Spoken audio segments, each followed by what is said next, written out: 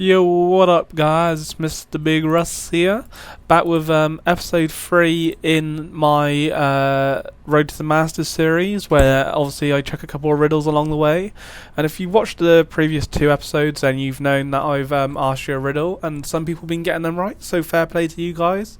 Haven't actually got the names off the top of my head, but you know, I know someone has actually got the last 2 riddles right, so obviously you guys will be wondering what the answer to the riddle from episode 2 was. So basically I asked you, it walks on all 4 legs in the morning, 2 legs at noon, and 3 legs in the evening. What is it?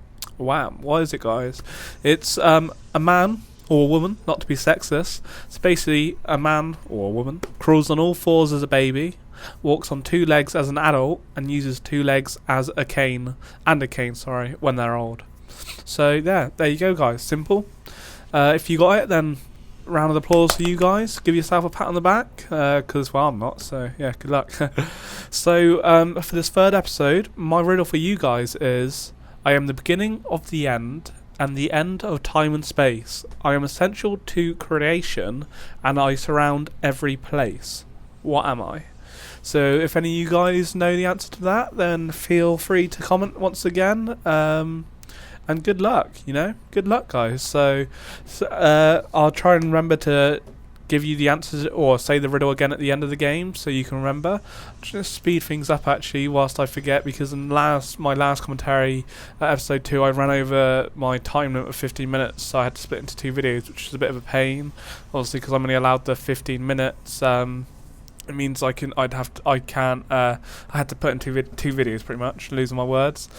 So basically what we got here is I'm in red Protoss and I'm against a blue Zerg, getting a little scout there, just see his spawning pool's almost ready to pop. I think I go to place my assimilator on his gas, but I think he literally beats me to it by must have been like an inch.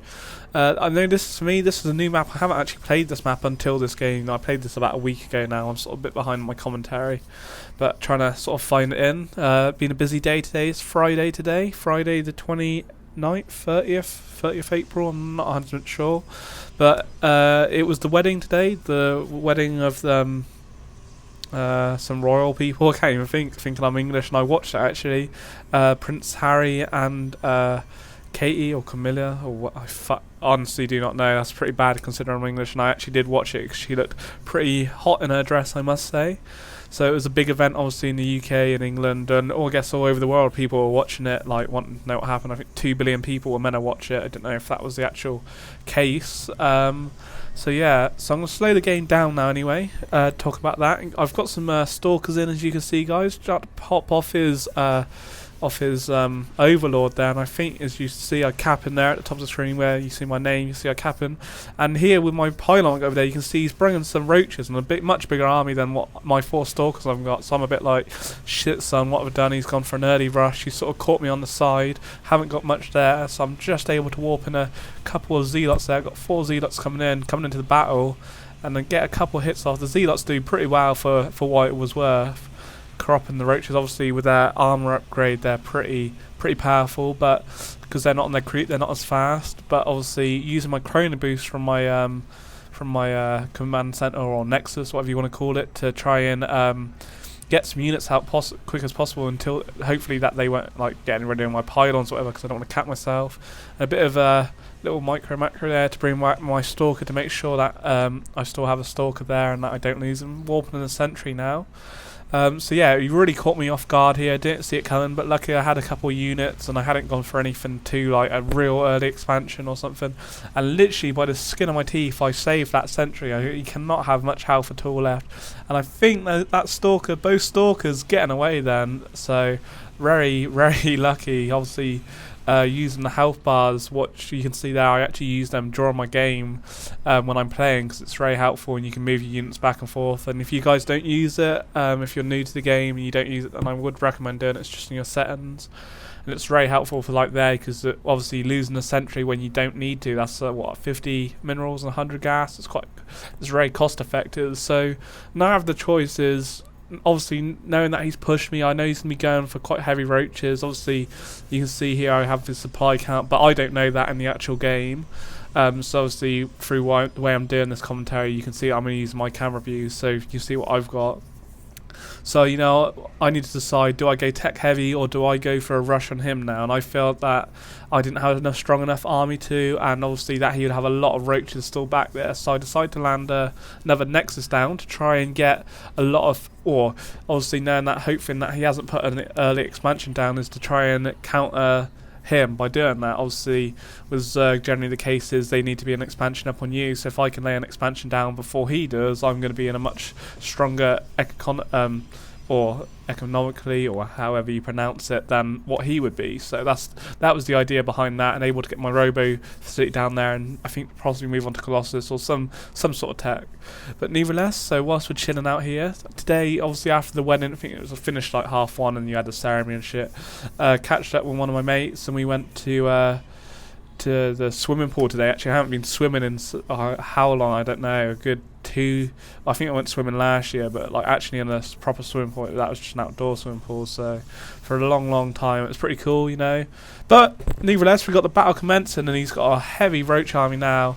Obviously I've got 3 sentries there, all using my Guardian Shield to make sure. Obviously the Guardian Shield is so effective, and you see his roaches must have speed upgrade by the looks of things. They're getting away quite fast there, but my Stalker's able to pick off quite a few, and obviously with the Sentry Guardian Shield, it's doing helping them a lot, and bringing a couple more Stalkers down from my pylon over there just to make sure. And I think I pop all his roaches off there. So, you know, you see now I'm still in the commanding sort of position, as you can see, with quite a nice strong army still. Kept quite a good amount of units alive there, and obviously having my expansion up there and pumping out probes from both Nexuses. I'm going to be in a very stronger economical wise, and trying to get, I think I'm getting an observer out there to try and get a scout on to see if he has got an expansion down, and to see what I should be doing, if I want to be getting air or such and such. But yeah, but nevertheless, so it was pretty cool. We went and chilled out in the sauna as well, in the steam room. It was quite good. It was something we were down there for about an hour and a half, so you know, it was pretty cool just to chill out and relax. And just been looking at actually buying myself a sauna. But you know, I think they're about $2,000 for like quite a nice one. So they're quite expensive, and also I'm not sure. I think that's only. I don't know if you can place it outdoors. Obviously, for me, I really have sort of crammed my flat in with bits and pieces, and I think a sauna in my flat would just look out of place, and I just don't know if it would really fit in. So the idea would be to have it outside of my garden, but I don't know if you can actually place one of those outside, because I was looking at actually outdoor saunas, and they were ranging from like $30,000 a piece. They did look really nice, but you know, $30,000 for a sauna, you know, unless I won the lottery, that's a lot of money. I'd have to be on some nice pay wage, and considering I'm only a student, not even got a job, you know, it's not good really. I couldn't afford that sort of type of thing anyway. But nevertheless, you can see I'm getting my scout on there. I can see that he has his roach warren and his obviously his spawning pool, and also got a spire up there, so looking to see if he's going to be getting out any mutalisks. So you can see I think I've got a couple of mortars out there. Obviously mortars are quite strong against the armoured roaches and do quite a good job. And see, I think I get the scout off just there and find that he hasn't even gotten oh yes, he actually has. I think he's only just placed his expansion down there, I believe, if I ever move back to it. And also you can see him dropping my robotics bay down there, yeah, so he's only placed that. So much, and able to see his army as well. So knowing that I'm in a much bigger driving seat now, obviously having my expansion up a lot earlier, you can see here obviously from the importance of scouting, I know that obviously he's realised I've had a stalker heavy army to counter his roaches, so he's like, you know what I'm going to do is I'm going to get a load of speed Zergling up with the speeding upgrade, so drop a couple more gateways down to make sure that I'm going to be on top of my units. And obviously I think I'm getting level 1 upgrades there, maybe possibly level 2, and I'm going to drop a load of zealots down now just to make sure that these Zergling can't run around my stalkers. And obviously, for any of you guys don't know, the best way to counter the Zergling, especially with the speed upgrade, is to get zealots out. So that's the way you want to be going. I think I should be popping a Colossi out any time soon. You see, obviously my economy to his is much stronger mineral wise, and obviously gas, I think he's a bit ahead of me, but I don't think he's really gone too tech heavy, as you can tell. So Sorry guys. So yeah, it's looking all good from my point of perspective. Got a nice army there. I think the count 28 if that's everyone's in that little unit there, and getting my level 1 defense upgrade now. I think I should possibly drop a Twilight Council, maybe possibly down in a second, maybe not, I don't know. Yes, yeah, there's my Twilight Council. So getting the speed upgrade for my Zealots, so that obviously they're much faster when attacking. And there we go, it's commencing now. See the amount of Zealots getting there to try and get some massive hits on him. He's trying. I don't know what he was trying to do there. He ran past all my units. Maybe he was trying to get some hits from behind. But I think possibly the best idea for him to be was to actually draw his units behind into my mineral line. Would have been much more effective. And you see there he's trying to pick off some of my Zealots. So I'm not too fussed about that. Much happier that I'm happy that I've won this battle now, or not the actual game, but won the battle which has just taken place. And I've still got a heavy unit count of Stalkers and a couple of Zealots still left. So obviously through my economy wise, I'm able to warp in a lot more Stalkers or any units to my demise already, and I still haven't started pumping any Colossi out yet, which is a bit of a surprise. Getting the upgrade for the Colossi. Oh, I do have one is floating about actually, and just speeding up the upgrades for everything there. And I think with my Observer, I'm going to have a look at what my Observer can see. Obviously not. What a shame. So yeah, so the game's coming up to an end, guys. Now, obviously you probably can tell. Well, we'll commence. We never know. We never know what might happen. Obviously I know what the result was, but you know. So anyway, nevertheless, carrying on with the game. I'm getting a bit distracted from bits and pieces. I'm going for my third expansion now. Obviously, my main base mineral lines are getting drawn out pretty much, so I want to carry on mining to make sure that I'm staying tough for the game. And we got a massive amount of Zerglin coming in, and just I think I'm able to keep my Colossi alive. Yeah, just by half its health less. So dropping a couple of floating cannons down as well to make sure that when I do push out, that if he has any little sort of Zerglin floating about, it's going to sort of distract them a bit. So you can see there, he's getting his Mutalisk out now, but obviously with my Stalker, I've got quite a Stalker heavy army. I'm pretty happy that they won't do much damage unless he actually brings them into my mineral line, which I don't believe he actually does, which could have been quite effective for him actually. Obviously there, my mineral line is very open to any sort of flying attack.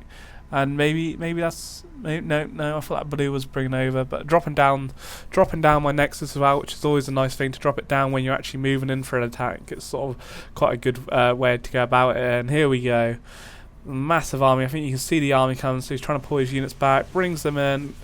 Guardian Shield's being dropped down, and his Mutalisk really having no chance, to be honest, against the amount of Stalkers I've got over there. And what we got here, warping a couple more Stalkers just in case. Got a Colossi pumping out, so still got a big army still back at the base. And wow, just running to town on his base really. My Zealots doing a nice worthy job of his hatchery there, and just his little, I'm not even sure what you call those little fucking annoying things, whatever they are. And is he gonna lay a GG down? It's only 14 seconds to go, unless in those 14 seconds I may disconnect. You never know, guys. You never know. It's a tension moment. I could disconnect. It could disturb the whole game. And well, there you go. He's left the game. Obviously, he went for a very heavy roach tactic, and it didn't pay off. Obviously, I was able to counter it. Sort of knew what I was doing.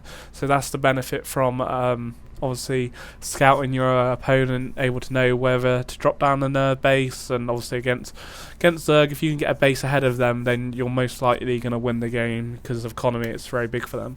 So before I run out of time, I don't want to go and split into 2 videos now. I'm going to ask you the riddle once again. I am the beginning of the end, and the end of time and space. I'm essential to creation, and I surround every place. What am I? So I'm going to leave you on that riddle, guys. If you can work it out, then fair play to you. You can find out on episode 4. So yeah, thanks for watching, guys. Hopefully you enjoyed it. I think I was a bit all over the place in this game. I'm still quite relaxed. I think my body's really relaxed from being in the sauna. So really wanted to commentate the StarCraft game earlier, but then I got a phone call asking me if I wanted to go to the gym, so I had to stop it halfway through, and I was quite enjoying it. But nevertheless, so thanks for watching, guys. Mr.BigRuss. Bye.